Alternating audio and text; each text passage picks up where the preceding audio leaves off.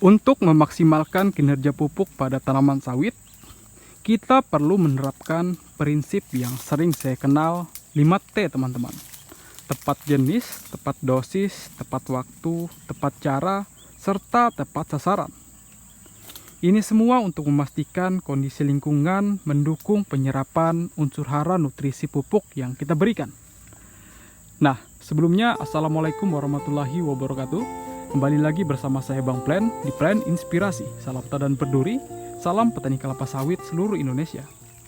Pada kali ini saya ingin berbagi 4 tips untuk bisa memaksimalkan efisiensi pupuk yang kita berikan pada tanaman sawit. Nah, tips yang pertama, untuk bisa memaksimalkan efisiensi pemberian pupuk yang kita berikan, kita perlu memperhatikan urutan pemupukan serta manajemen pH. Jangan memberikan semua pupuk secara bersamaan. Mengapa demikian? Karena setiap pupuk itu mempunyai sifat reaktif yang berbeda-beda, kadang bersifat protagonis dan antagonis. Jika tanah terlalu asam, maka pupuk lain tidak akan bisa terserap secara maksimal. Nah, usahakan ketika melakukan pemupukan di awal, agar pupuk selanjutnya bisa bekerja secara maksimal, lakukan pemupukan dolomit terlebih dahulu teman-teman. Dolomit atau kapur pertanian kita berikan untuk memperbaiki pH tanah, serta untuk membuang zat-zat kimia berbahaya pada tanah. Nah, zat-zat kimia tersebut terjadi akibat pemberian herbisida ketika kita melakukan pengendalian gulma. Jadi usahakan lakukan pemberian dolomit.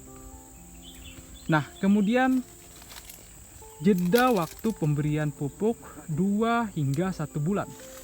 Pemberian jeda waktu ini sangat penting agar unsur hara tidak saling mengikat atau antagonis.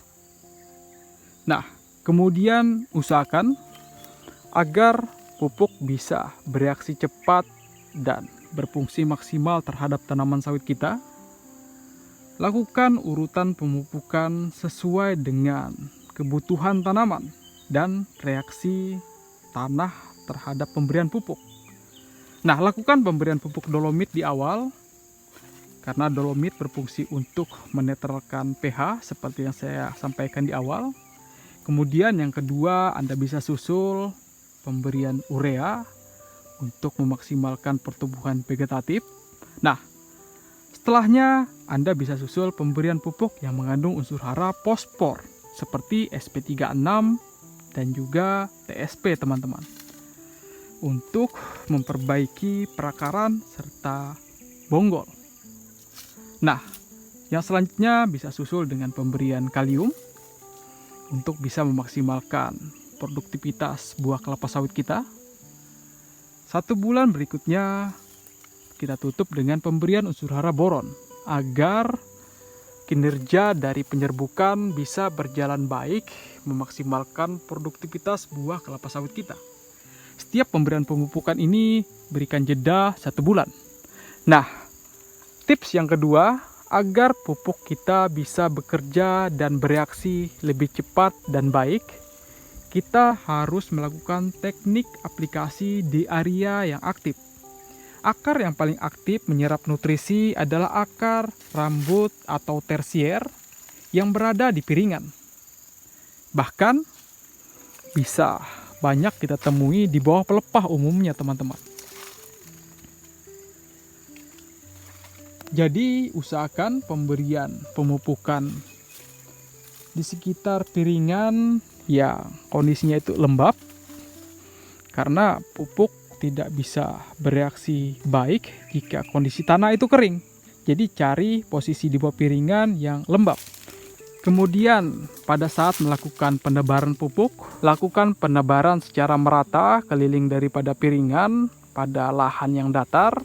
Kemudian pada lahan yang berbukit, lakukan penggalian poket 3-6 lubang. Ukuran tidak usah terlalu besar, akan tetapi bisa ditampung pupuk untuk mencegah pupuk hanyut dan menguap. Nah, kemudian tips yang ketiga, agar pupuk yang kita berikan bisa bereaksi cepat dan baik, kita harus melakukan sinkronisasi dengan cuaca. Kinerja pupuk sangat tergantung pada air sebagai pelarut. Usahakan cek kelembapan. Waktu terbaik adalah saat tanah dalam kondisi lembab.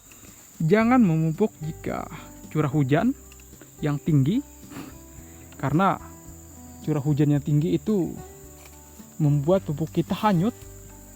Jadi bisa merugikan bagi kita ketika melakukan pemupukan. Kemudian tips yang keempat, gunakan pendekatan organik sebagai pelengkap. Memang pupuk kimia anorganik itu bisa bekerja lebih baik jika tanah memiliki bahan organik yang cukup.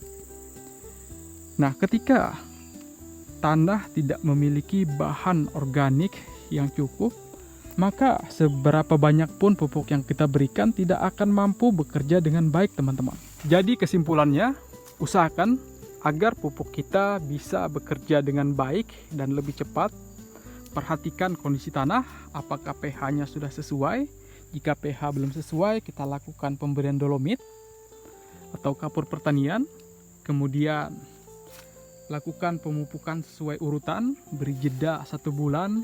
Selanjutnya kita lakukan pemberian pemupukan kondisi tanah yang aktif karena terdapat perakaran yang bisa menyerap unsur hara dengan baik. Selanjutnya sinkronisasi pemupukan. Sebelum melakukan pemupukan tersebut, usahakan cuaca pada musim awal penghujan atau di akhir. Hindari curah hujan yang tinggi. Yang terakhir, tetap lakukan pemberian pupuk anorganik seperti tankos dan manajemen pelepah yang baik, karena pelepah juga berfungsi sebagai pupuk pada tanaman sawit. Nah, semoga informasi ini bisa menjadi referensi juga bermanfaat. Sekian dari saya, wassalamualaikum warahmatullahi wabarakatuh. Salam tandan berduri.